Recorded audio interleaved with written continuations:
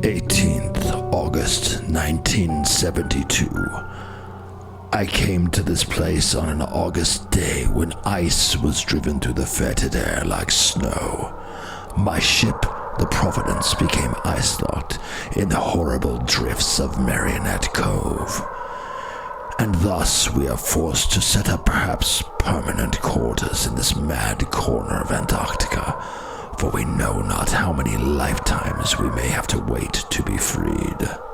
I have acquired for the purpose of my search that mad and ancient chronicle, the Necronomicon, by the mad Arab Abdul al-Hazred, originally titled Al-Azif, Azif being the word frequently used to designate that nocturnal sound supposed to be the howling of demons. This tome is on loan to me from the Miskatonic University near my home in Arkham in New England, and I hope the book will further aid me in my search for the mountains of madness here in bleak Antarctica.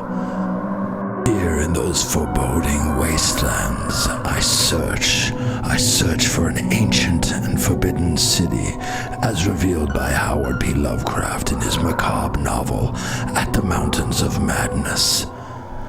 It is my opinion that this novel was based on actual and personal research by this author.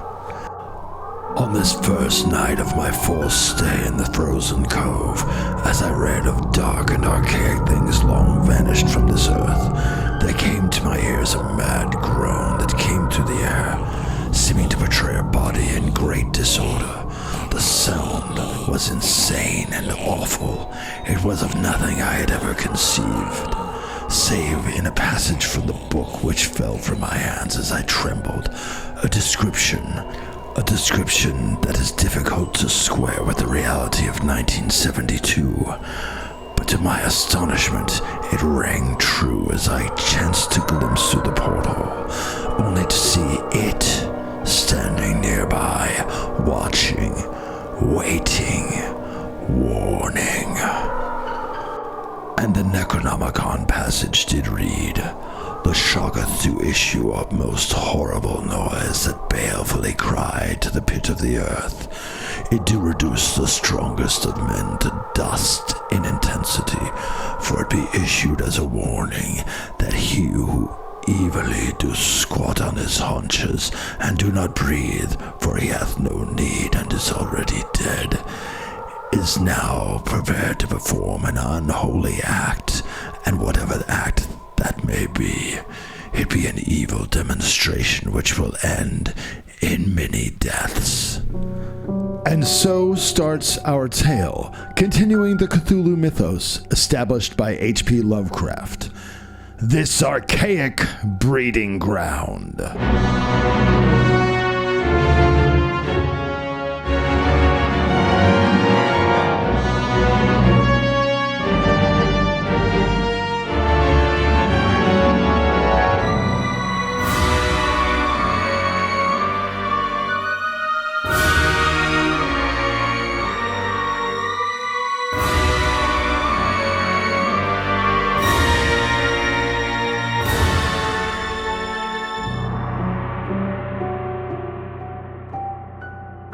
August 19th, 8:30 a.m. This night has been the most awful of my life, for my dreams were of terrible specters which seemed to endlessly prophesy doom upon this journey. In my dreams, horrible robed specters crowded around me. They begged me to hastily depart from this place, but alas, even would I so like to leave it, it would have been impossible, for we are hopelessly trapped in the icebound waters of this hell place, and we cannot possibly anticipate departure for quite a few months, until summer comes and the ice might perhaps break to permit our release. 12:30 a.m. The morning was filled with activity, and granted little opportunity for me to sulk, for we prepared to venture out into the wastes in search of the dead city which Lovecraft described. After venturing out into the frozen wastelands, the laborers set up a tent so that we might pause for some food, and I in turn set up my public infrared camera to record the nature of the area, and as I focused upon a large and looming precipice not far from the camp, I believed I saw some movement. I released the shutter without hesitation.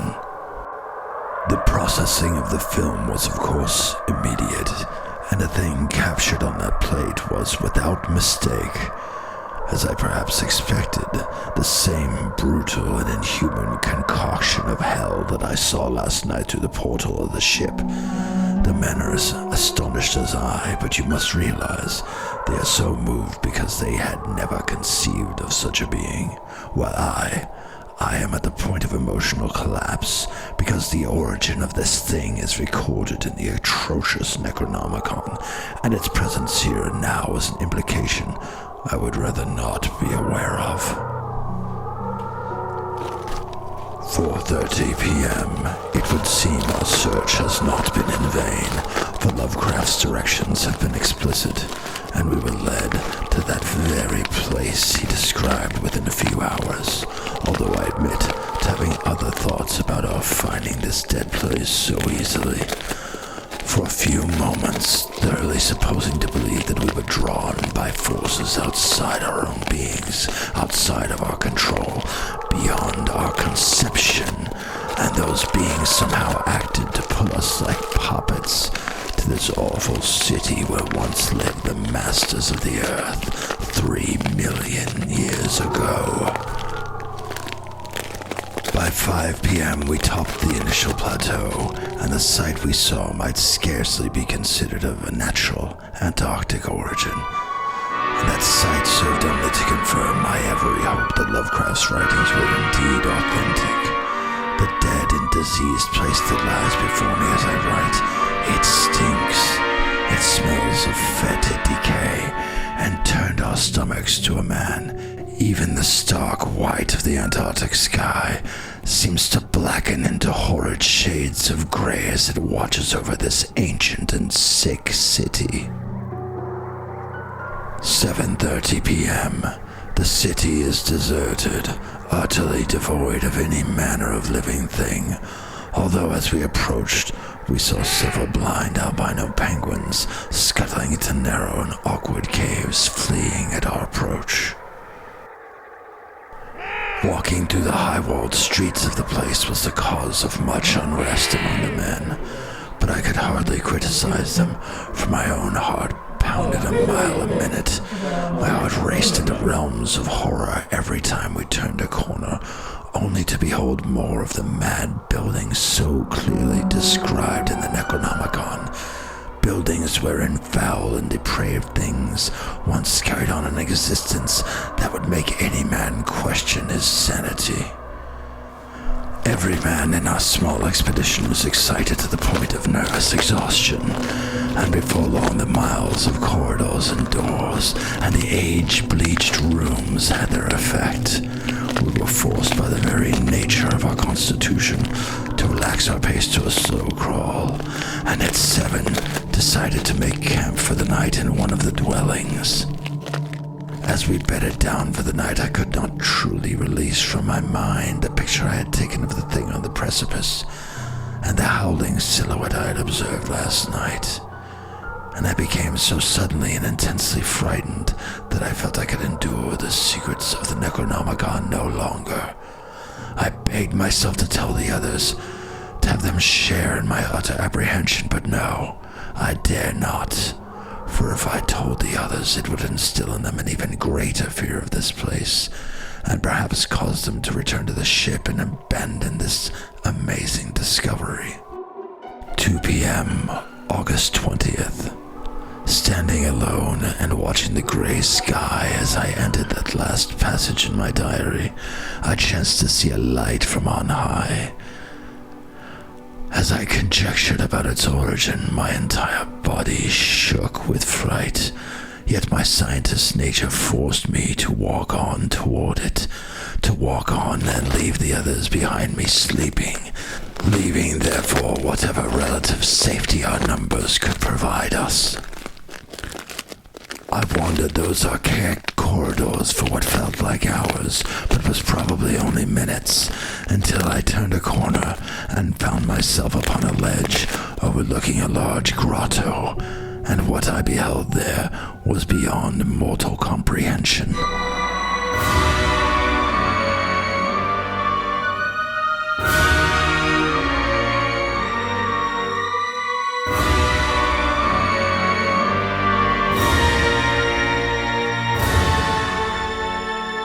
For there, things believed dead for millions of years sat and squatted near a cyclopean space vehicle, and other gaunt things closer perhaps to human, crowded around a mechanical fire. The unliving flames cast shadows across their twisted faces as they contorted in disgusting grins and expressions I have no words for.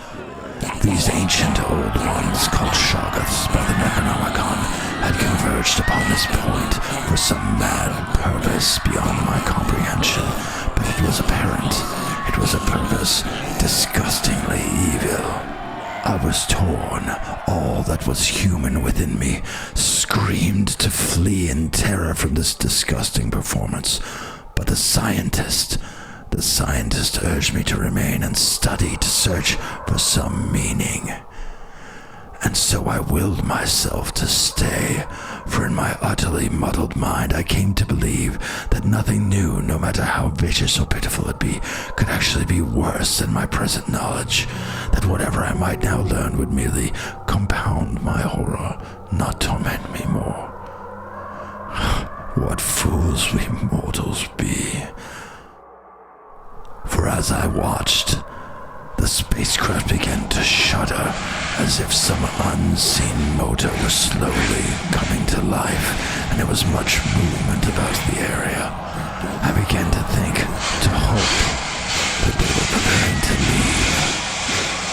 I observed a peculiar, odd-shaped opening in the ground near the otherworldly machine, and then, when the reality of the evil in this place began to sink in and began to overwhelm me, slave women emerged, bringing infants out in tiny baskets they carried on their shoulders. I began to realize that this place, this meeting of obscene minds, was for a single purpose, and that purpose was to breed. Why? I cannot know why. I do not wish to know. But I beheld this disgusting mothering of species of foul, interstellar intermarriage of corrupt bodies to breed a new race of dead demigods to rule some filthy other island somewhere. And as I began to realize that which I witnessed, I could do naught but scream and scream and scream. By the time I regained my senses, I was already in flight, fleeing desperately to the darkened corridors from whence I had came, and then, as I returned to the place where I left the men asleep, I saw the Shoggoths crawling about, eating the men, consuming their flesh in a rabid, unholy feast of inhuman depravity. So all-consuming was the frenzy of the Shoggoths that they scarcely noticed me, and my flight continued for how long I do not know. All I know is that now I sit alone within this ice-bound vessel of doom. How I made it here, I will never know. My legs yet ache from flight. My breathing still comes in labored gasps from the pressures against my lungs as I covered 18 miles of frozen wasteland on foot. Why I have returned to the ship I do not know, for doubtless they will soon follow me here. Perhaps I feel duty-bound to record this adventure into horror for others, to warn them, to warn you. I see them in the distance through the portal. They are coming. They come now, I know they do. Oh God, I know they do. I can feel their presence. The evil is in the sterile, frigid air. I must hide now, for I hear their feet as they trod the deck above me. I hear their screams, their cries of a single mad word. Over and over. Oh God.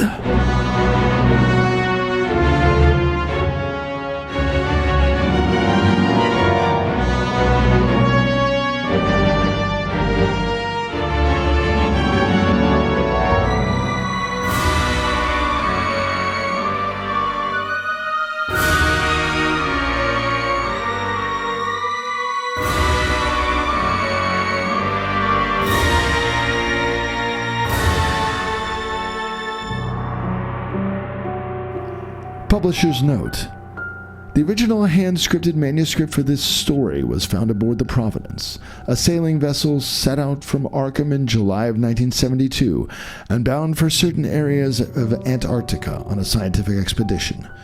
The disappearance of this craft was recorded in February of 1973 when Mrs. Whipple Benefit of 66 College Street of Arkham became concerned at having received no radio message from her husband and contacted a U.S. naval base in Antarctica. The authorities then made a successful search for the lost Providence, which they found in Marionette Cove, an icebound inlet deep into the frozen country. No trace of any man living or dead was found upon the ship, and the only suggestion as to what had happened here was in these notes found in a lower cabin within a locked safe. The notes were given to Mrs. Benefit, and in turn to Mr. Al Hewetson, our editor, upon a recent trip to Arkham. Mr. Hewetson has made further inquiries into the veracity of this account and found numerous inconsistencies between the account herein and the account of the investigators at the scene. The most striking discrepancy being that early in his notes, Mr. Benefit clearly stated that he had with him the Necronomicon, that priceless possession of Miskatonic University, as well as a copy of Lovecraft's book At the Mountains of Madness. Serious doubt is cast on the credibility of Mr. Benefit because authorities report no find of this material whatsoever, although all other material was intact. Further, on the morning of the 21st of August, 1972, Miskatonic Library verified the presence of the Necronomicon there in its glass cabinet at the campus library. Although it is not known exactly how it got there, it cannot possibly have traveled from Antarctica to New England overnight, and hence the publishers give no credit to this story whatsoever and have no choice but to regard it as a fictional account of a rather disturbed mind.